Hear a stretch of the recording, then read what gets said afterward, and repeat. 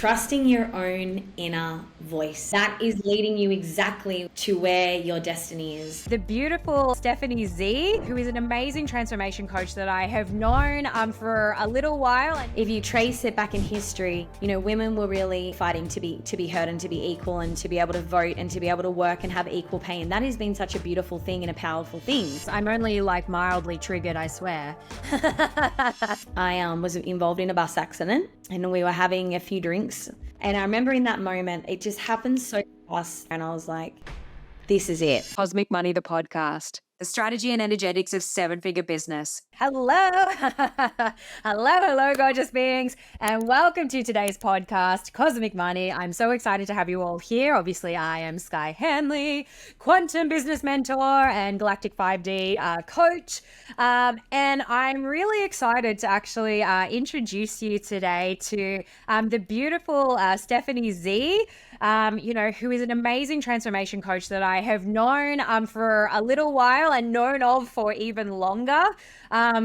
She's just out there doing amazing next level things, supporting women on their journeys of purpose, power, prosperity, and really helping to unpack the beauty in doing business from that feminine space. I feel a little bit personally attacked because we know I'm the doer. And so I love the conversation about, femininity and flow and grace and ease and all of those things that we're probably going to talk about today. And as I said, I recognize, those pieces in myself that are still of the masculine. So welcome, Steph. Hello. How are you? I love you so much. You were so funny. And I'm so excited to have this beautiful conversation today. And I love, by the way, that you're in a gorgeous red dress, root chakra. I'm in an orange dress, sacral chakra. Very grounded. Yeah. Absolutely. Look, let's see what today turns into. It could end up being just utter craziness and insanity. And then, our chakra colors have done us wrong. So who knows? So Steph, I actually wanted to say something to you that you probably wouldn't realize or know, because I don't think I've said this as yet within our journey in space and time together thus far. So I actually have recollections of you. My first, I guess, I don't even know what to say. My first inferences of you and who you are and all of those different things come from many years ago, being at UPW and seeing you and this crazy guy dancing down the front. And I was like, I think I recognize these two crazy people, the other one being Brody Lee, who will be journeying with us on another podcast. And I'm like, I think I recognize them from social media or something like that, But I believe that you had probably just been tagged in a lot of things that I had seen. I'm not sure we were friends then, like Facebook friends as yet. And so I actually remember seeing you dancing and just being lit up in that space at my first, UPW. And I think at that time I probably Facebook stalked you and maybe sent out a friend request. And and here we are many years later, still kind of bouncing in and out of each other's energy fields. But that is actually my first, memory of you as, that crazy dancer down the front. Oh my goodness. Well, I've been to many UPWs now, as I know you personally know, but good old Brody, we've had some amazing dance parties. And that's actually where I first met him as well, funnily enough. Oh, really? Yes. It just somehow seems appropriate and right, I think. Yeah. So tell us then a little bit about your, your story and your journey over the years and, what's landed you being this amazing next level human, still journeying that you are now. Yeah, still journeying. I know we were just touching on that before we actually went live, and we are on this journey. I say it is evolution and growth over a lifetime, as one of my mentors often shares. And I'm like, I think that's the piece to always remember is when you are called to this journey, or when you have a spiritual awakening, or, you have this knowing inside you, I think we can get very caught up sometimes, forgetting that we're in this for the long game. It's not a sprint, it's a marathon. And I think, you know, sometimes, I know for myself in my journey, and I will share about this in a moment, you sort of, you know, set a goal or a desire, and then you reach it, and you kind of think like, oh, I'm going to be set once like you get to a certain set point.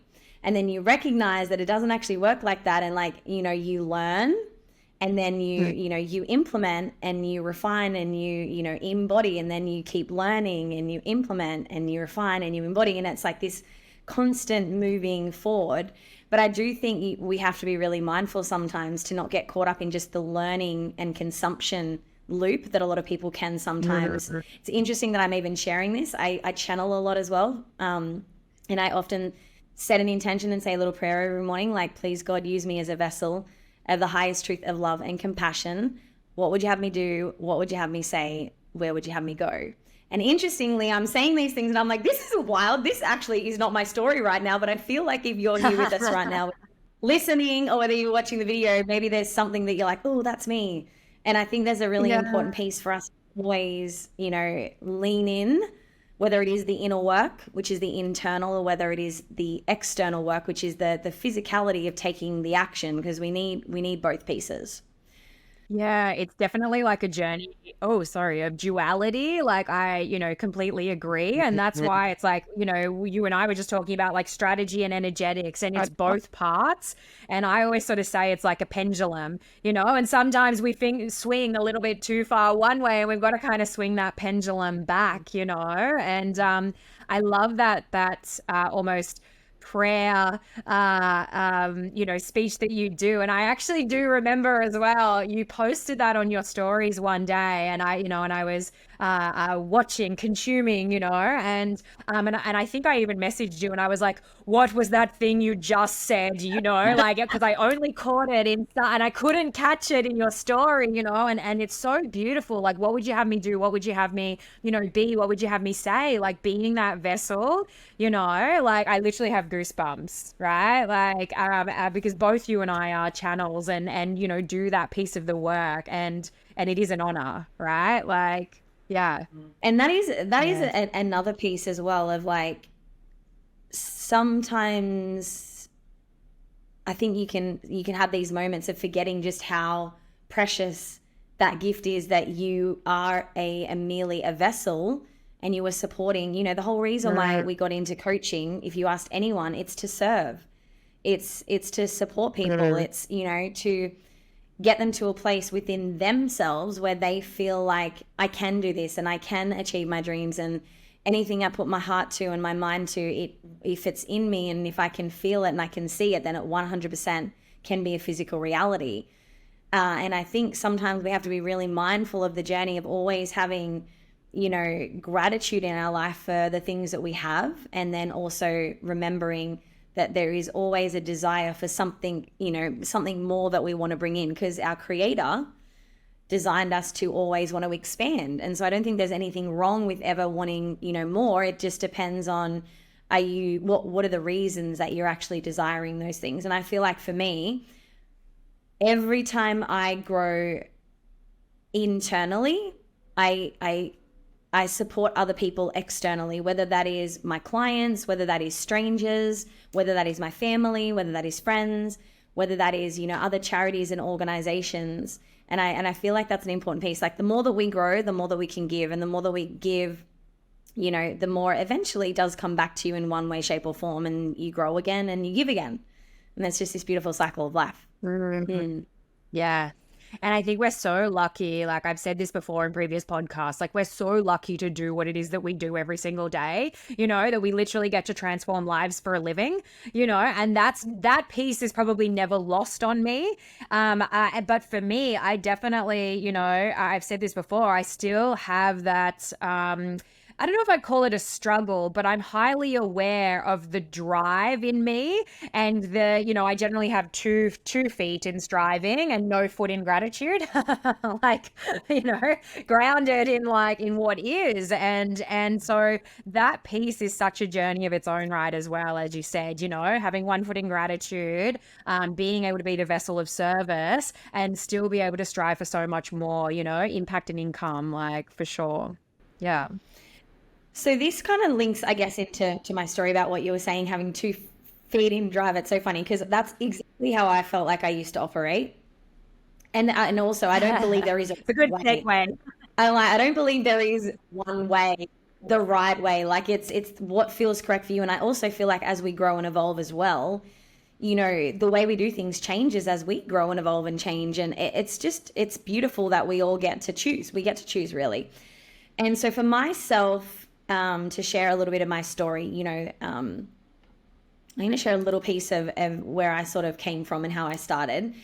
I grew up in a place called Newcastle, and I did get bullied a lot. I got bullied a lot from the kids in my street. I got bullied a lot from the kids at school. I even got bullied sometimes with my cousins when I would go to family things. So it sort of felt like nowhere was safe. Like home, I wasn't safe because of the kids at the street. You know, school wasn't safe, and then family things wasn't safe. Like it just was always like someone was out to hurt me. And for a long time, I recognized I always had friends that was like, you know, even though I had groups, I always felt safe if I had just one person I was speaking to. And as I got older, especially as I became a teenager and early teens, I did hang out with a lot of guys because they didn't gossip, they didn't complain, like they were just themselves. And I love that. And it's only been over the last few years I've really delved into healing more of the sister wound and all of these other parts that I've done on my journey, that now I only work with women. Like there are men that still, you know, clients that pop in and out that I've had. But traditionally early on my journey, I only really worked with males and then some females, and it's just done a complete like 360. So for me, I came from a family that was definitely low socioeconomic family. And there was a period there where my dad didn't work for a long time. And even now, I have no idea how we actually survived. And if you talk about a masculine and feminine energy, my mum was traditionally more masculine and my dad was traditionally more feminine in their energies. My mum was more like, let's get shit done. The drive, you know, the one in the driver's seat. And my dad was more like, lean back, it'll all work itself out. But as I came to learn about these archetypes, I realized there's a difference between being unhealthy masculine and feminine and healthy masculine and feminine. And they were operating both from unhealthy. My mum was like overworking, but my dad was so lean back, like, you know, almost like relinquishing power, relinquishing control, relinquishing responsibility. And so this instilled in me, when you're seeing your mum, you know, overworking and your dad so lean back, there's kind of like this, come on, like, aren't we going to go? Like, let's do something here, Dad. And he just wouldn't do that. So then I was birthed as the hyper independent, you know, female, little miss independent, because something that I've learned that might be a really key piece right now is a lot of the time when we are hyper independent or when we are an overachiever or we're striving for success externally, which is what I was doing early on, we often do that because of our lack of safety. So when we have a lack of safety in our lives, if we're not feeling like we're supported or we're not feeling like we're protected or we're not fully feeling like we're provided for, of course, as I was a child, I had no idea of this, obviously. This has been over the many years that I've done personal development. I recognized that. And then I realized that I was overcompensating for external power, which equaled success, because if I had external power, that equaled a sense of safety. But again, along my journey, I've understood there's a very big difference between success and fulfillment, and being rich and being wealthy. They're two very different frequencies. And I was in the first bucket of striving for success and desiring to be rich. And that was only external focus. And that was very much driven by the masculine.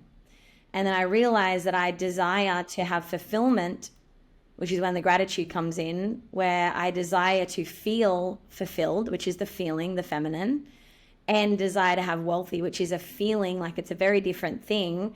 And that comes from internal power, not external power. And so this is something that I've learned about on my own journey of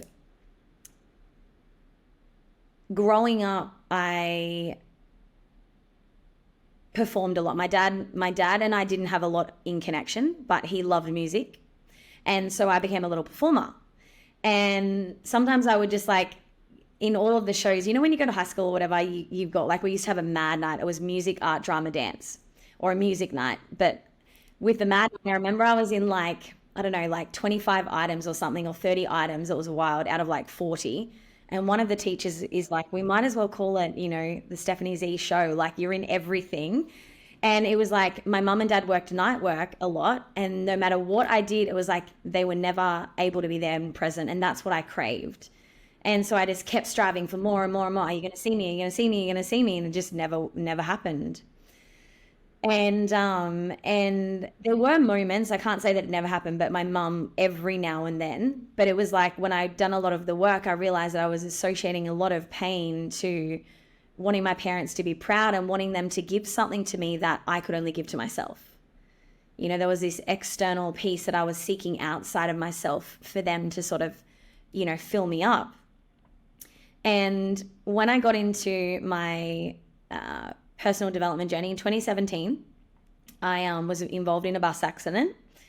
I was going from Newcastle to the Hunter Valley. So I was on a Hens and we were having a few drinks, made these little flower crowns. It was like 9 a.m. in the morning. I've had like 2 champagnes, which I don't usually would be doing at that time of the morning. And there was a part of me that was like, I want to give up drinking.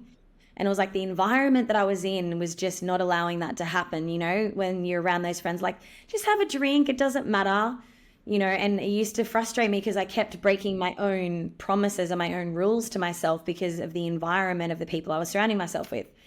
So anyways, we go on this bus. It's about 40 minutes drive into the Hunter Valley, where wine country. And the bus driver is going like 80 kilometers an hour. And I am sitting at the front of the bus, and everybody else is behind me, and my best friend at the time was sitting beside me, but she had the bus driver in front of her. So I had about a meter space between me and like the dashboard. Technically there should have been a door that opened in front of me, but it didn't. The thing that saved me was I was sitting sideways on the bus and I was handing out chips and drinks to everyone at the back of the bus. So I was looking towards the back of the bus. No one had seatbelts on, even though the seatbelts were on the bus, but obviously it's a Hens, usually you don't do that. And the whole way up to the Hunter Valley, this is when I really started tapping into spirituality. And I've always been very spiritual since I've been a young girl. But I always used to think, is that my voice or is that someone else speaking to me? And am I going crazy? And am I really going to ring them and tell them that I've had this little message come through, like all the doubt, right? And I had this feeling that I was meant to be doing what I'm doing now. And I'm like, who's going to ever want to listen to my story? Like, I don't even have a story. I don't know how to create a business. I don't know how to be a coach. I wouldn't even know where to start. Like, all of the limiting beliefs, like you would not believe. And the whole way up to the Hunter Valley, I heard this voice, Stephanie, put your seatbelt on. If something happens, you're going out the window. Stephanie, put your seatbelt on. If something happens, you're going out the window. And I'm like, blah, blah, blah. I'm not home today, spirit. Like I'm not tapped in. Like I'm offline today. La, la, la, la, la, la, like a little kid. I'm like, is it just my mind playing tricks? Because I had 2 champagnes that I don't usually do. Right. And then out of everywhere, the bus driver just like slams on the brakes at like 80 kilometers an hour. And I just go flying, and everyone's got a seat that stops them except for me. And somehow when I went flying backwards, my neck and my head perfectly rolled on like the curve of the dashboard as it curved. Like I have no idea. And I remember in that moment, it just happened so fast. Like I just can't even explain. Like I remember laying on the floor. I remember I had like no bra on with this top that I had on. I was like fully, like it was just terrible. My drink went all over me. Like I was like laying there and I was like, I'm a quadriplegic. Like I was like this is my fate. Like this is it. And then in that moment, I hadn't yet tuned in to feel my body. And I was like, please God, please. And I didn't know what I believed at that time, but I was like, please God, please God, please God. If I can feel, I will never stop trying until I achieve this mission you placed on my heart. And then I could feel. Wow. And that was really the catalyst of my journey of me going, when that happened, I was like, whoa, that voice was real. Man. Like that voice was not made up, and I can only imagine if I was sitting forwards, I just would have gone through the glass and probably got run over. Right. And then I just still can't even fathom how it all happened. And then that's what, I went through a really deep, dark depression. This was in 2017. And I was going to commit suicide. I was like, the thoughts were so dark. I was like, and also to this, my dad went through having strokes at exactly the same time the night before. He had a stroke. So I don't know if it was also divine intervention, but he had 3 strokes and was completely paralyzed. And there was it was all happening at the same time. So it wasn't just my accident, but my accident had to get shoved down to deal with my dad. It was just like the stacking of everything coming to a head in my life. It was all just a lot. Then I found Tony Robbins. And that was really the start of my personal development journey. It's so interesting, across both of our journeys, there are, similarities, in there with having so many, such a multitude of different things come to such a head and all be happening at the same time. And, even the shedding of friendships, that no longer serve their purpose. And, and for me, and I've spoken about my journey before, for me, it was that similar piece of and then by divine intervention, by sheer accident, I found this spark. I found this, this piece at a personal development or a business event, and it literally changed everything. So for you, I mean, let's all just take a breath on what a journey you've been through, of transformation and all of that. I don't actually think I've heard you tell that story about the boss before, so even that's new to me, and so what was that next step then for you, on this path? If there are people listening right now that are having those dark thoughts or that feel like they're being shoved down or everything's come to a head and they know that they are here for so much more, it literally gives me goosebumps. What would your piece of advice be for that little spark, that little step that they can take on the staircase, to get it all happening? So I'm big on intuition. There's another piece that's just come in that I will share about my story in a moment. But for this piece, turn off your phone and get out in nature for a whole day. We need to sometimes disconnect to hear the voice, to hear the guidance. And when you're out in nature or you go up into a mountain, I often do this where I live on the Gold Coast, and it just puts things into perspective that we're this little tiny speck. But when we're in our room on a bed or we're on the lounge and we're in full walls and we don't really get out, it's so easy to go, this problem is so big, rather than recognizing. And I feel that firstly, when you get out in fresh air and the sun and nature and you go and live for a moment, that also sometimes breaks the pattern. That would be the first piece. The other piece is a lot of the time we want everything to change straight away. And that's just not possible. So it's choosing to maybe pick up a particular book and actually complete the book and be I'm gonna listen to this book in its entirety, or I'm gonna read this book in its entirety, and I'm gonna take one action from that I feel inspired by, or I'm gonna listen to all of Sky's podcasts as they come out, and after I listen to one of those, there's gonna be something that I take that I'm gonna potentially implement. Or when I know that a free masterclass, I have a free masterclass challenge coming up, or I know Sky, you may have one, or there's so many free things now that you can get, that we don't necessarily have to initially invest in. And then, if we are in that place, which I wasn't in the time, it's funny, when something's a must, you find a way. Money is a big one for most people, where they go, I can't because X, Y, and Z. I can't because X, Y, and Z. My parents never came from money. I did not come from money.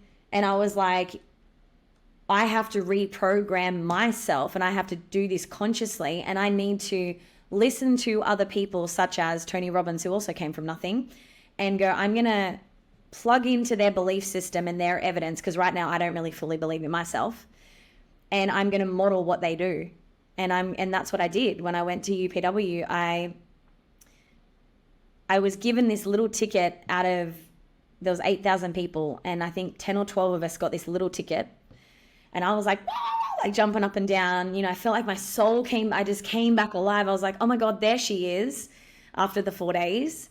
And I'm like, and this guy just gives me this ticket really like seriously. And I'm like, and I'm like, what does this even mean? And then he walked off, and then I was like, oh no, I'm going on stage. I'm like, oh no.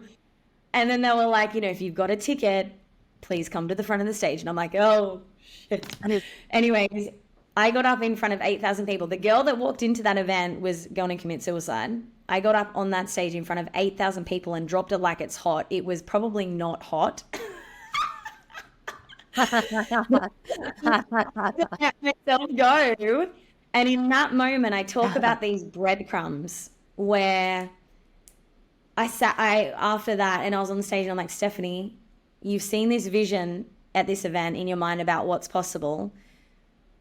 And out of 8,000 people, you have somehow been given one of these tickets. If that is not confirmation that you're here for something greater, like, I don't know what else you need. Like, you've had the bus, like, how much more do you need to be smacked in the head for you to actually recognize? And so I was like, I've got to make this next investment happen. And I went and got a bank loan. I went and got a $15,000 bank loan that I paid interest on. I don't know if I had it for 3 to 5 years, but I had it for 3 to 5 years. I think it was 5 years. I literally had interest on that loan, and I paid off that investment, and I did other things at the same time. Like, I'm all for financing and funding sometimes because it allowed me to do multiple things in the end at the same time. But that's how I got started. But I was petrified and so scared. And I had like the devil and the angel, like the positive voice and the negative voice. And then I remember at that event, there was this moment where the negative was like, rah, rah, rah. And I just said, pardon the French for a moment, but I was like, shut up, like in my head, like, shut up. It was so loud. And I was like, enough. Like, I have listened to you for so long and you have not got me what I wanted. Enough. I'm listening to this other voice, and it was like piped down.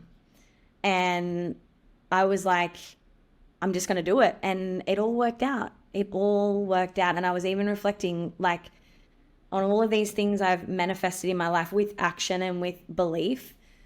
But it's, if you know it and you can see it in here, it's 100% possible if you see it in your mind. Like, you have the means to make it happen. You just got to stop the mind from being the one and let the heart and the soul be the one. And do you find like, that the voice still creeps in just a little bit sometimes? Like, is it lesser than it used to be? Like, is it much quieter? Like, tell us about, your journey. Because I completely agree. We all have a voice, that creeps in sometimes, like me included, and I find it so fascinating now. And I almost, when I can catch it, I get to see it from more like an observer. And I'm like, oh, there you are, you're just creeping in again, trying to keep me safe. Like, that's cute. Like, I'm just tired today, or, I just feel a bit raw, or something's coming up for me, and from that place as the observer, I find personally, I'm able to move through it like a lot quicker, and that voice comes up a lot less. It doesn't not come up, but it comes up a lot less. 100%. So when I first started the journey, I always say we have the past and the now and the future. And one thing that I'm really big on is I really feel we do have to do some work to clear the past. We can't drag all of this dead weight with us when we're trying to like focus on being the best possible version of us in the now and the future. I always say to my clients, it's a bit like a jungle. Like, imagine your mind being like when you first start the journey, it's an overgrown jungle. And then you want to go and plant these little seeds that are your dreams and your desires.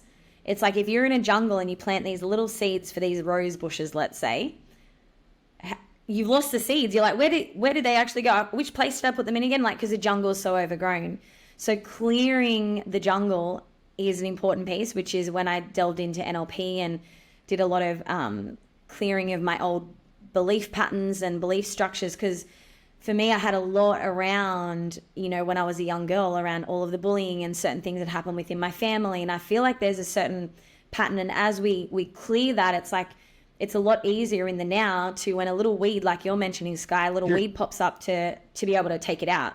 Whereas, if you're trying to do that with an overgrown jungle, that's very difficult. So I'm big on that. I think that's something that I actually take people through breakthroughs, and I'm like, all for them, because I think it's such an incredible piece. For me, I will share. When I got into coaching full time, and I resigned from my safe full-time job, it was October 2019. And I had been in it only for like 3 months, and I went to Business Mastery with Tony Robbins in USA, Florida in January. And then basically it was pretty much getting announced there already. There was this virus. And then like a month later, it's like COVID's happened. And I remember Tony kept saying like, winter is coming. And I was like, you've got two choices. It's like, you've just jumped into this and it's like, you're either going to sink or you're going to swim. And I was like, I have no choice but to like, we're going to make this happen. And so I just went all in on myself. And then that's, my business just started exploding, and I started doing like $50,000 months. And when I come from nothing, and then all of a sudden you're doing that month after month, not even realizing it, that was like, whoa. But for me, I was all about the doing. It was like, I got up at 5 and I went and done a run, and I do weights, and I didn't stretch, and I didn't go to yoga, and I didn't get massages. I did a little bit of meditation, but other than that, it was doing, voice messaging clients and creating programs and all the things. And then after a time, I thought, how can I take on more clients? Like, I don't have any more time. And I started to self-sabotage. I also had a thing happen with a relationship at the same time that was a really big heartbreak for me. And it, again, like that piece of everything kind of coming down. And I only rested when I got sick. I never watched TV. I never took weekends off. It was like I was always doing something. And the only time I rested was when my body would force me to rest. And so the universe had another plan for me. I ended up, whether it was part of a self-sabotage or the universe doing it, but I ended up finding out I had chronic fatigue and adrenal fatigue. And there was a lot going on with my hormones as a female, which I had no idea about. So that led me on to an interesting 2-year journey. And on that piece, like I remember, like that sort of started happening July 2020 or even later, like January 2021. And I remember throughout that journey, I was going through like a full deconstruction of my old self. It was like the version of me that I had created that was all based on external validation, external success, even though I was impacting lives, even though, by then I think we had done, impacted probably 500,000 lives through this organization, business, B1G1 Business for Good, like doing extraordinary things. Wow. But it was like, if I stayed like that, I was going to probably kill myself in another way. And so the universe was like, there's these other things that I'm desiring. Like I desired to call in a divine masculine partner, a divine masculine man. And I was like, I don't have the space within me to call in this man because I'm so in masculine. Like, and it triggered me for so long. It was really triggering because I was like, well, this is who I am.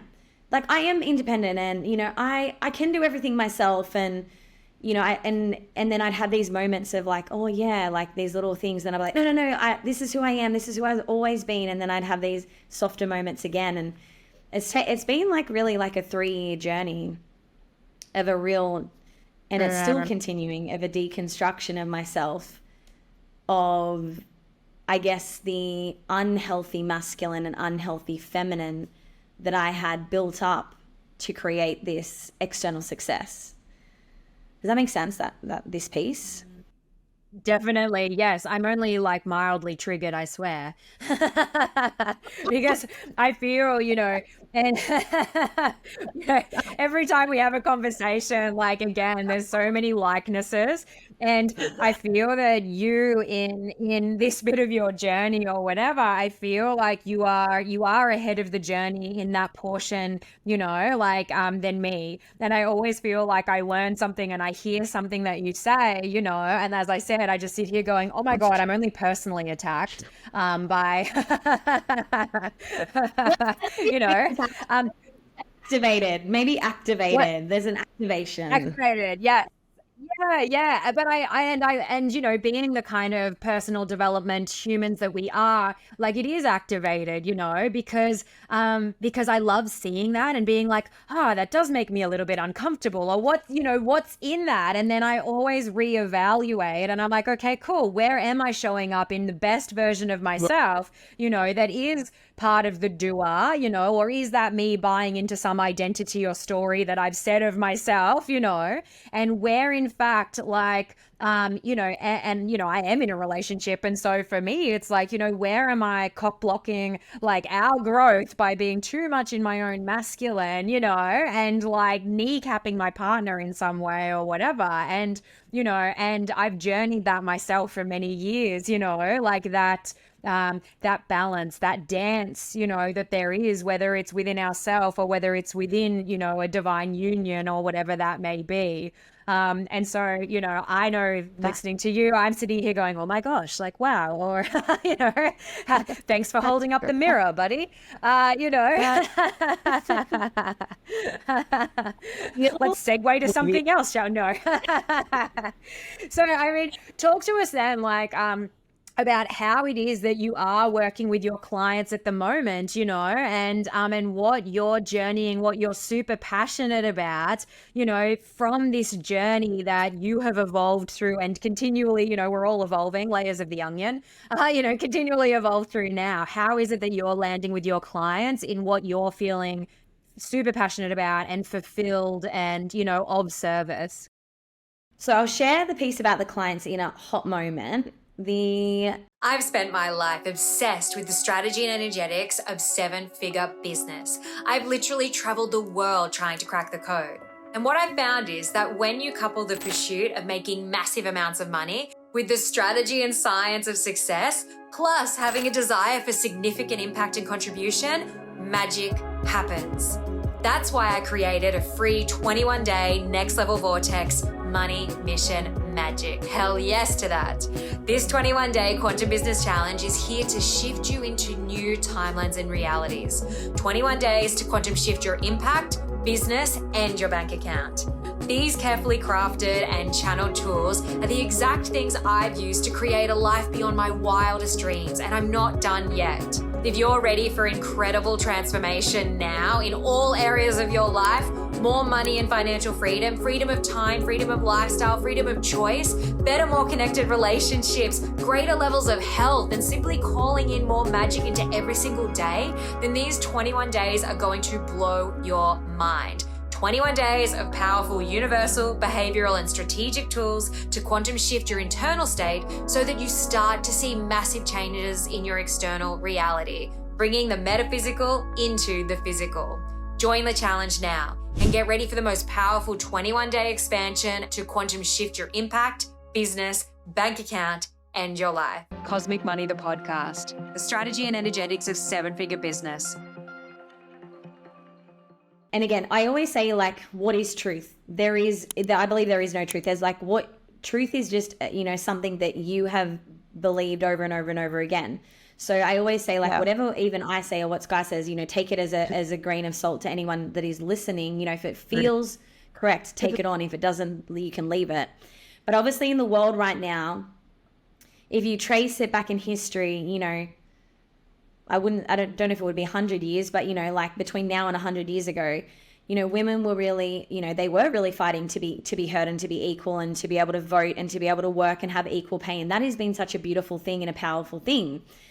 But what has happened is there has been some women that have really, you know, taken that on, and we have become a lot more masculine in the way that we operate. And what happens is a lot of the time when we're hyper independent and very overly masculine, I used to always say, well, I just want a guy that can put me in my place. That was my thing like a few years ago, you know. I don't know, when I started the journey, like I want a guy that can just be able to hold me and my energy. And again, I used to be really activated by certain conversations when some people would say to me, like, you're really masculine in your energy. And I'd be like, no, I'm not, you know, like very defensive early on in the journey. And then again, slowly, I got softer and softer, and it's beautiful, like the journey. But what I realized was when we go too much in the masculine, there is no space for the man, because a big part of what's ingrained them is to provide and protect and profess, their love for us. That's a big thing. And when we step into providing, it's still a powerful thing, but we have to learn that we have to have this dance within harmony. And I feel like early on in history, it was like men were providing and women just leaned back. And then it's become like women really overtook that role, and men had no choice but to drop into the feminine to keep polarity, which is, sexual attraction in a relationship. If you don't have masculine and feminine, or feminine and masculine, there is no sexual attraction. If you're both in masculine energy or both in feminine, there's no polarity. And so women now, we're going through this transition of leaning a lot more back into our divine feminine energy and our divine masculine energy within, first and foremost. So for me, my desire has always been, even from a few years ago, I think in 2017, I kept putting it out to the universe. I desire to be in divine masculine and divine feminine within. Maybe it wasn't 2017, it was a few years later. I wanted to have that union within myself before I met someone. That's what I desired for myself. And so I know the person that I am calling in is going to also have done the same piece, because that's what I desire to be a vibrational match for. But not everyone is like that, and that's also okay. And so I've recognized this thing of what's happening. And I'm like, as women, as we delve more into softening and as we delve more into healthy feminine, healthy masculine within self, then it allows the men, because we've softened, it allows them to do their piece. But we don't realize it's usually the women that needs to delve into it first. And then it allows a space for the man to also be doing their part.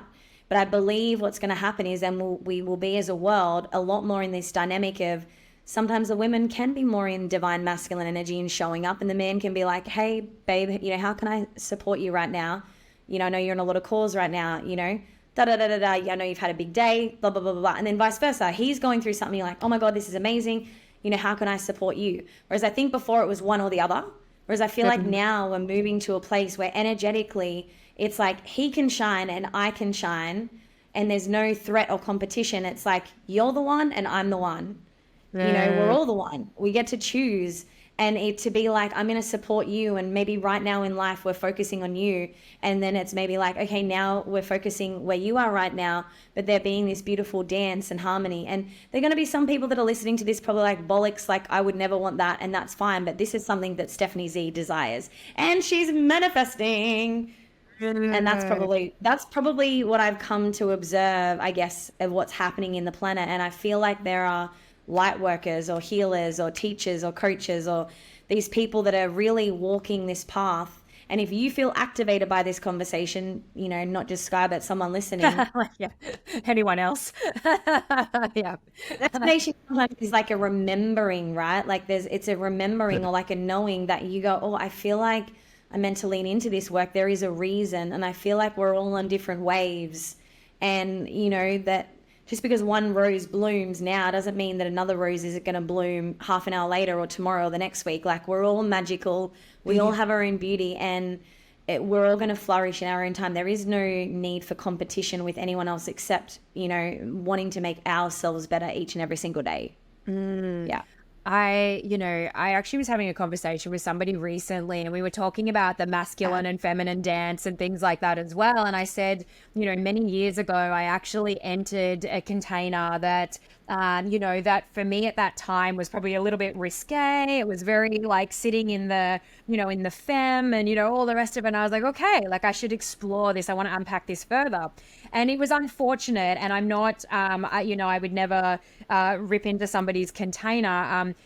However, ... No, but it was not the right energy for me at that time either. And I found that it actually did a little bit more, it didn't do harm, but I really had to journey with what I was listening to at that time, and it kept grinding up against me. And I feel as if that some of this, I don't know if you would call it like dark femme energy or something like that, but to me, it did not feel that it was coming of the light. It did not feel expansive. It did not feel like, powerful and beautiful and, all those different things. And I actually ended up leaving that container early because, and I'm like, put me in the container. I will do the work. I will show up. I will unfold. I will, I like always, but that was such a interesting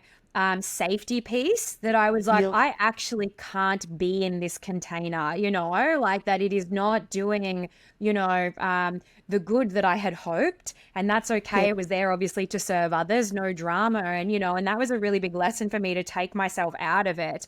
And I feel as if that experience, and when I was speaking with somebody else recently about it, they actually said that they had a not so great experience, while attempting to delve into, these layers of the femme and, like our femininity and stuff like that. And so it's really interesting because even in the polarity, even in the unpacking, and as you said before, if something doesn't feel right, it's actually okay to be like, yeah, I take this piece, and that feels aligned, and I'm going to leave this other piece behind, And so I've really had this interesting journey with the masculine and the feminine, like coming to terms with the drive in me and not wronging it, but also wanting to explore greater aspects of femininity within myself, and having a not so great experience. And, but as I said, I take full responsibility for that experience and what it was able to teach me. But I find it so fascinating still to be on that journey, to be on that pendulum, swinging and finding that beautiful equilibrium. And I know for myself, I may not be there yet, and that's okay. I'm exactly where I'm meant to be right now. 100%. The piece, I love your vulnerability, Sky, as well. Like, you're just such a beautiful. Bless, thank you. We usually learn through contrast or validation. So that for you was a contrast, like of going, oh, that's actually not what I want. And that's beautiful because you've learned from it. And I always say, with a lot of containers, it's like you said, like if you can take and extract the lesson and extract the wisdom, then it actually did serve. But I also went down a path where someone else introduced me to something and I went somewhere and it was the dark feminine. And I just was like, nope. I did one little session and I was like, my soul is like, and I just knew, and I was the same. And again, everyone's on their own journey, but like I also feel the same in that regard. And the thing is, we do have a shadow, and I did delve into a lot of shadow work earlier on in the journey, more with a one-to-one container that I felt safe in, and that I was able to lean into pieces. And there was other people that supported me with certain retreats. And again, it was like a breadcrumb, different layers and inner child work and all the things. But a lot of those were in, light energy containers or like a one-on-one capacity where I was able to really just be fully transparent and felt safe in those containers. And I don't feel like I have as much of that coming up at the moment. But I also understand what you're saying. Like when I started delving into the Tony Robbins stuff from 2017, I was like a mini version of Tony, like the female version of Tony. Like he said jump, I jump. Like I listened to his stuff all day, every day.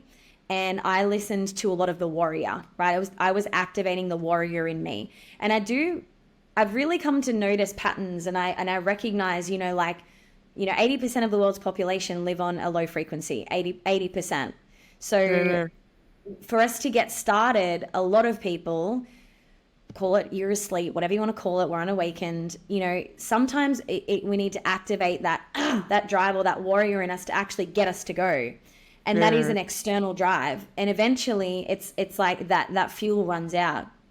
And so it's like, for me, it was like that was happening. And then it was like, I had to lean back, and it was like reversing almost, and it felt like I had to let everything collapse and crumble, which I pretty much did, while still maintaining life and business and clients and all the things. And I'm like going through this collapse. But then it was like a rebuilding of myself, but internally, so that like I can weather any storm and anything that ever happens. It's like, I could one day have a $1 billion business and it be sold, or it collapse, and then my worth and my enoughness or my value is not attached to that. Whereas a lot of my value and my enoughness and my worthiness and all of that was attached to my business, and it became who I was. But I was like, no, I am Stephanie Zee. I'm actually, I have a business.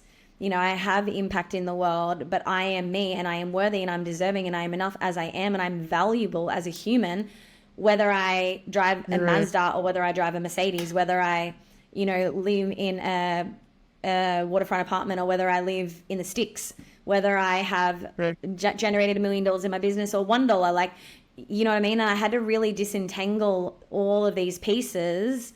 And the hardest part was for me was slowing it down, because the high achiever in me that strived for a lot of the external success, it felt like that part of me disappeared. Because I was like, I'm one of those people, like, I put my mind to anything, I achieve it. Like, you know, I make it happen. And then all of a sudden it was just like this oomph wasn't there. And I was like, oh no. But it was like I was awakening and strengthening these other parts of myself, which if I was in that energy, these other parts could not blossom and flourish. And then I realized, like, oh, actually, hello, other part over here, little Miss High Achiever, or the one that gets shit done, you know, the badass in me. I'm going to bring you, and yes, the goddess piece, I'm going to bring you too, and the queen piece, I can bring you. And now I'm like, oh, I've got more parts of me that I can access. But I recognize that a lot of myself wasn't able to access those parts while I was still in that energy. And sometimes, you know, they often say, like, we go through the season, you know, when you're in winter, a lot of the time, most of our lessons are learned when we're in the funk. You know, usually when we're at the top of our game, we don't learn as much, we don't grow as much. We still do, but a lot of it is in the down. And it's oftentimes we feel like it's up and down, and we're like, oh my God, like I used to be like, I'm starting over again. And I was like, that's BS. It's up and down on the way up, Stephanie. It's up and down on the way up. It's up and down on the way up. And most people don't tell you that. Yeah, I always say, you know, that like the universe doesn't test us when it's easy, it tests us when it's hard. Right? Like that's, you know, because exactly, like it's easy to stay on top when things are on top, or it's easy to stay in a frequency or an energy, or, you know, whatever that may be, to be in the high achiever, right? Queen energy, whatever it might be, you know, when we're at that point, right? But the universe isn't testing, you know, like the good stuff. It's testing when it's hard. It's testing our staying power. It's testing our resolve, and, you know, how on mission we may be, or whatever else, you know, the piece is for us. I also love how you describe things almost like the different archetypes, you know, and I want to add a piece to that as well, because I know within my own journey, that was part of what I realized, that almost like that there are different archetypes that live within me, you know, and they don't necessarily have to be the same label as what we may think of archetypes as, you know, like a queen or a, you know, a stage or a this or a that actually we can name and label these kinds of archetypes within ourselves, you know. And I was able to separate a piece of my own identity, I suppose, you know, with having the doer and then the frantic child, you know. And the frantic child in me was the one doing out of an anxiety, out of a necessity, out of, you know, that kind of that sort of energy, right? Whereas the doer, I still get to celebrate, you know, being part of the best of me, being action oriented, being solution focused, you know, striving and all the rest of it. But it took me, like, I reckon a few years, you know, to like to even recognize the duality again, like within just that simple piece, you know. And it's never that simple. We have, you know, we wear multitudes of hats at any one time, kind of thing. And but I love how you say, you know, tapping into those different energies at the different times for what it is that we need, right? Like, and that's okay. And I think the sooner that we can understand a part of that, you know, then the sooner that we can almost like utilize that, you know, within ourselves to our advantage, that we can be at rest, or we can be in flow, or we can be in doer, or we can, you know, whatever it is that needs to be of higher service in that moment. I think that's absolutely so spot on, like what you're saying. And I feel like, yeah, again, as we grow and evolve, there's even more parts of ourselves or archetypes that we can utilize and call on. And a big part of the journey definitely is that, you know, you call it a frantic child, or the inner child, the wounded child. I had something just happen this week actually with my dad, funnily enough. I won't go into that story right now, but I want to come back to the question you asked about clients, because I did say I was going to come back to that. The link piece with this is that I wanted to share is when I started going through this deconstruction of myself from 2020, end of 2020 to 2021, where it started, where I had really built solidly everything from the external, and it was more built on a need to prove. It was more built on a pain, right? That was really initially what it was built on. And yeah, everything that's not built on that frequency, I believe, has really started to come and collapse in our timeline, or in our world at the moment anyway.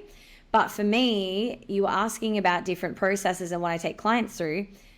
I worked really, really hard to build the identity of myself to create the business that I did. And it was really difficult for me to let that all go. And what happened was, I every day was getting up, saying incantations and affirmations, and I was speaking out what I desired and speaking out my beliefs every single day, and I was visualizing them, and I just knew. And then when I started learning a lot about the feminine, and I really had to delve into that world dominantly, because that was one I had not done for 30 odd years of my life, I sort of stopped a lot of my belief work and mindset work and started delving a lot more into the soul and the heart and the spirit and the emotional work, which I was still doing, but on a much deeper layer.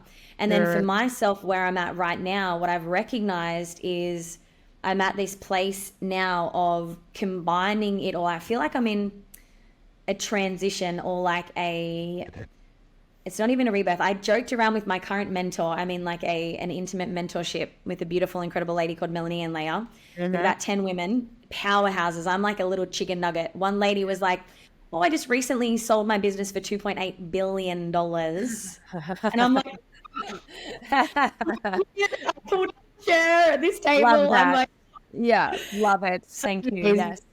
More of that energy. Yes. Right. Okay. So what happened for me? There was a deconstruction of my beliefs. And that's right. So I'm going through this transition phase. And what I said on the call was, I feel like right now I'm birthing a baby, but it's half out. And everyone's like, I know. I feel the same. I'm like, oh, good. I'm in the right place. And it was like, I'm not the butterfly in the cocoon anymore, where it feels like it's a struggle. I'm like, this baby is half out, and this should be the easiest part. And I realize I'm really in this transition of like everything that I have deconstructed and reconstructed over the last 3 years of my life.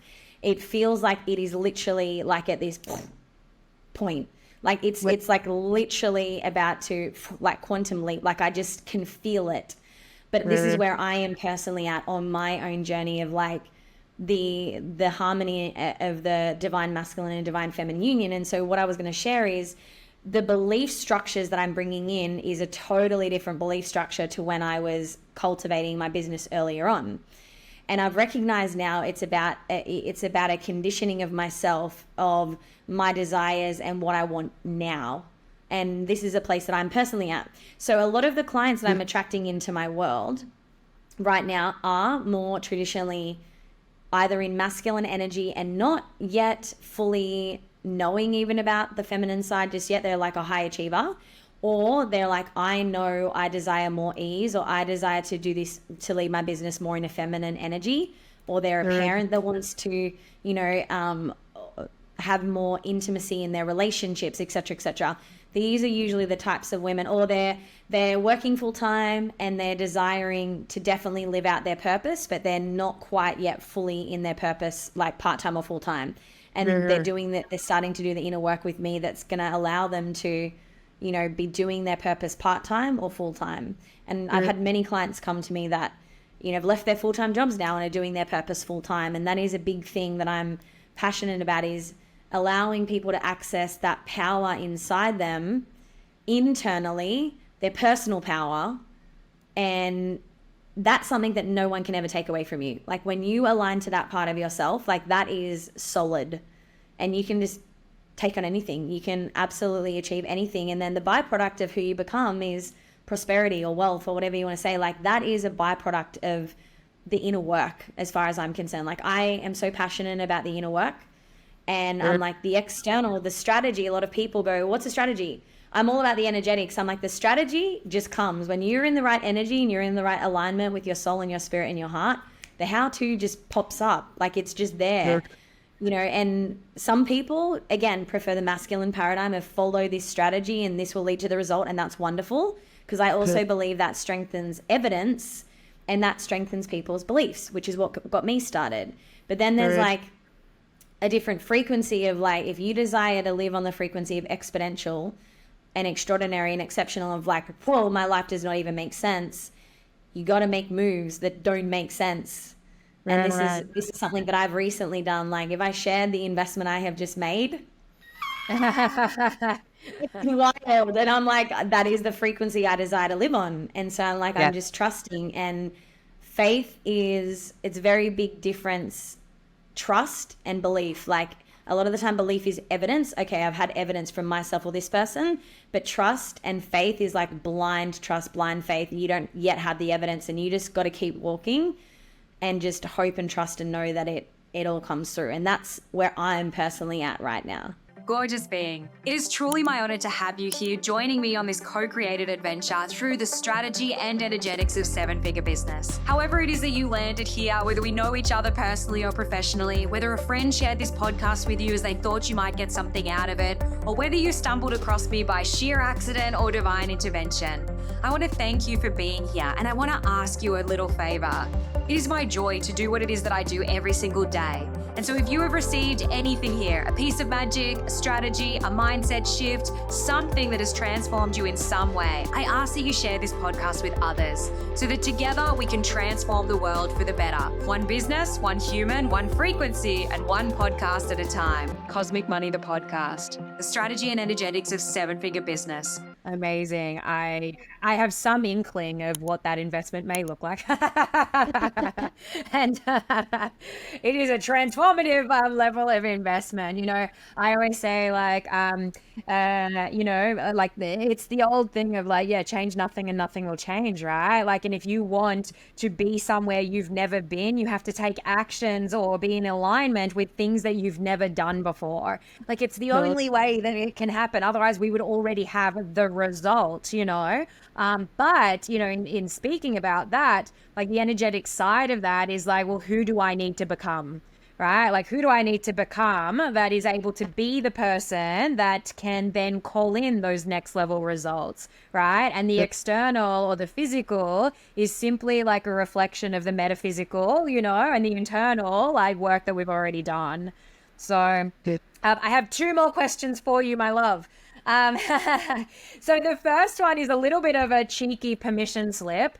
You mentioned B1G1 earlier. And so I know that yourself, myself, and a few other people that we know within our kind of communal circles, like doing philanthropic work as part of what it is that we already do, you know, is really big. It's just, you know, completely tied into, for me, it's already tied into my containers, you know, like simple things like every time somebody asks a question, you know, we'll feed somebody for a day, or we'll, you know, buy businesses. We'll do all sorts of different things like because I truly want my programs to be a power for good in the world, you know, and every time we do something in business, something good happens in the world, right?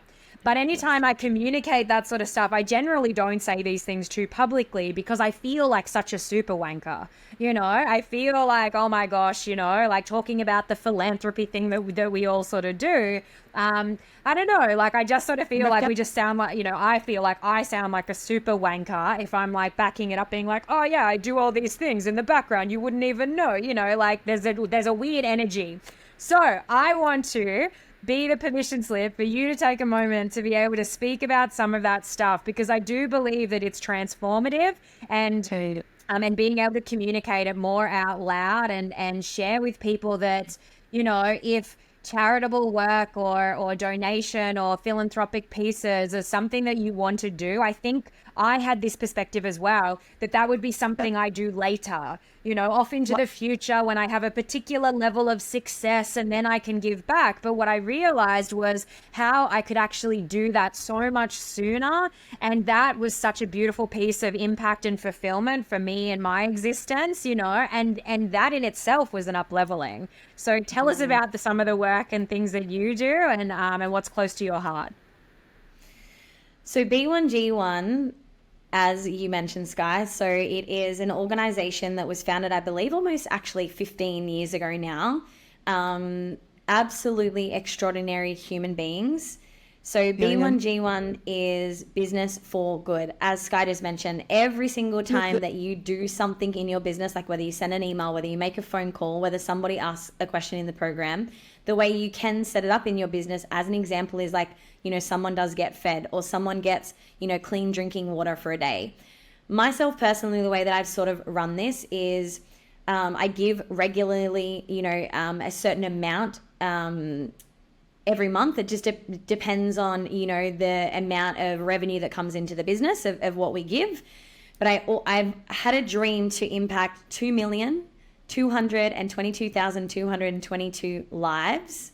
And we're at about 752,529, roughly. I don't know if I got pretty close. Just over 750,000. And I was reflecting on this today, being like, holy moly, and that's actually when you give, for a day of drinking water, that's not just one person. That's and I was like, that we've already impacted so many more lives from this as well. And so when I did a masterclass a few weeks ago, might have been last month, basically I shared to all of the women that came into this free masterclass. It was absolutely extraordinary, called The Upgrade. I shared with them that every single day that you are either here live or watch the replay, because we know life happens, I said, we're going to give 4 meals on your behalf. And I said, for those of you that complete it in its entirety over the 7 days, by 10 days, by day 10, we gave them an extra few days. I was like, we are going to double the meals. So the meals went from 28 meals to 56 meals. So many of them shared, so many of them completed it in its entirety. And so many of them messaged me and said, one of the big reasons why I actually completed this was not only just for myself, but for them. And I'm like, this is the power of when we get out of our own way, because a lot of the time we will do more for others than we'll do for ourselves. And this is something that I really wanted to incorporate, into my business and share with my clients. And the next, masterclass challenge that I have coming up, I'm also going to give an option if anybody does like to financially also give. That'll go on top of what we're actually already doing, because that was something that I thought, well, we can easily, impact more lives if that's something they feel called to. But I love the way that B1G1 works, because a lot of the time they don't talk in financial means. They talk in impacts. And I feel like it's just such a unique way of, sharing it with people. They talk about giving rather than donating or funding or, et cetera, et cetera. I also give regularly to Food Bank. I have direct debits from Food Bank. I give regularly to Salvos, the RSPCA, all the different things. And another big one I'm big on is Operation Underground Railroad, so OUR. I learned about these extraordinary organization a fair few years ago from the amazing man that is Tony Robbins. And the founder is Tim Ballard. So there is a movie that came out recently that is actually founded on Tim and the operation that he actually undertakes. And he is an undercover, I don't know how to, CIA agent, let's say, in the US. And he started learning about, that there was a lot of sex trafficking that was happening in the world, or human trafficking, not just that, human trafficking in general, women, all types of things. And he wanted to do something, and he founded this organization. And when I watched this movie, it just, again, I didn't really want to, because I feel things on a very deep level, but I thought I have to educate myself. It was nothing I didn't really know, but just seeing it, it really puts a bit of a rocket up you to be like, we're not only just doing this for, yes, our clients and transforming our lives. It's like, until you do create wealth in your life, what good can you do? It's like, if you're able to be someone that is the path of least resistance, that money in my hands is good for the world, as an example, and you go and impact all of these different lives, and it's not just sitting with you. Of course, God, the universe, is going to bring it to you, because they know that you are creating good in the world that is not just thinking about self. And I have to come back to all the time being like, why was I given these gifts? Why is this message coming to me? And I really believe it is because it is for the greater good. And it is sometimes about getting out of our own way, and especially the human part of us, and being able to serve, in the greatest way possible. That's what I would say.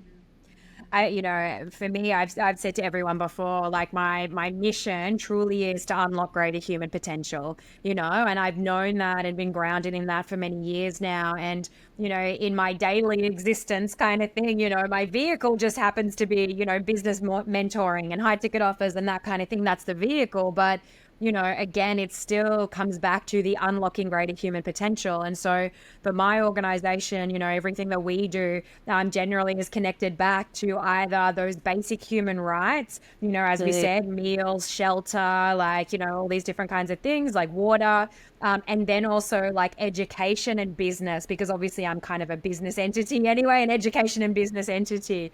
And so being able to connect like what it is that I already truly love with also obviously my mission,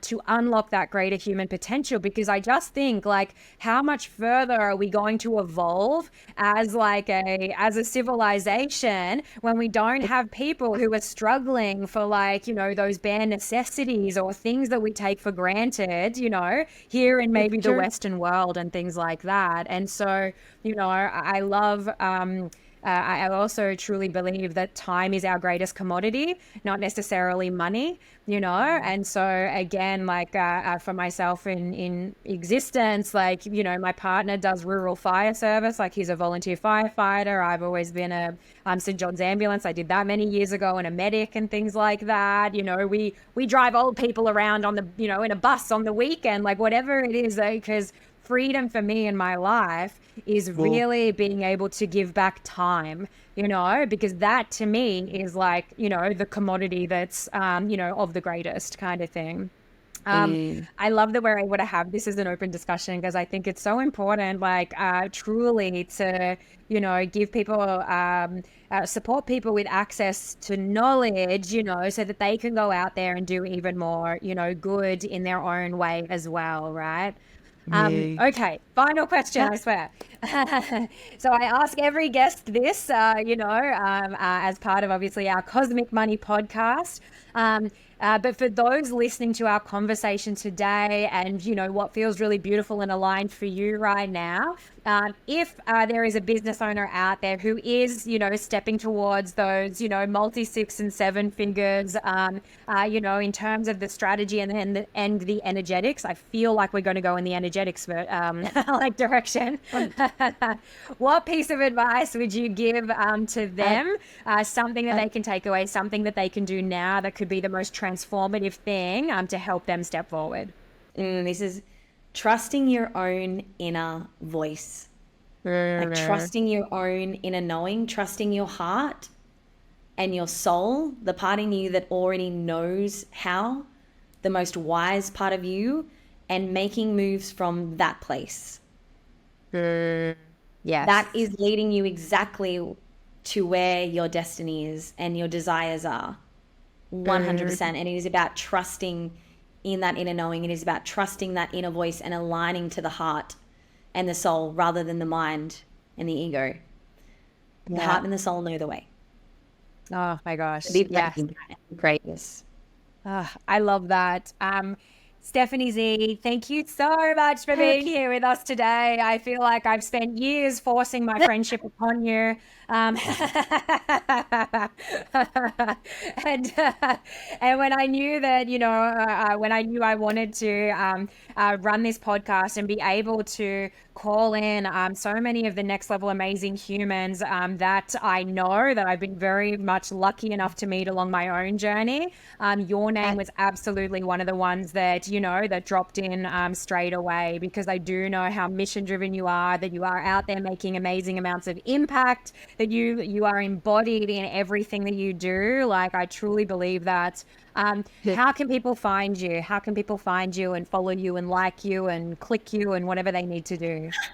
I am a Facebook girl. It's so funny when Facebook girl, Stephanie Zee, Z-E-E. And if you have listened to the podcast and you're like, I found you, oh my God, it's 111 on the clock, as I just realized. That's such a sign. Listen to this podcast and you're like, oh my God, this girl is such a vibe, or like, I'd love to be connected. Please send me a DM, because I do have sometimes a lot of people that add me as a friend, and If you DM me, I will definitely make sure that we are friends. The other thing is my Instagram. My Instagram is Stephanie Zee Coaching. That is one that I'm going to be putting a bit more time and energy into, but I am definitely a Facebook girl. Yeah, fantastic. I think I'm ready to sign up. So I'll just text you later. Yeah. Amazing. Thank you. It's so awesome always to connect with you. And yeah, I can't wait to see what else unfolds for you next.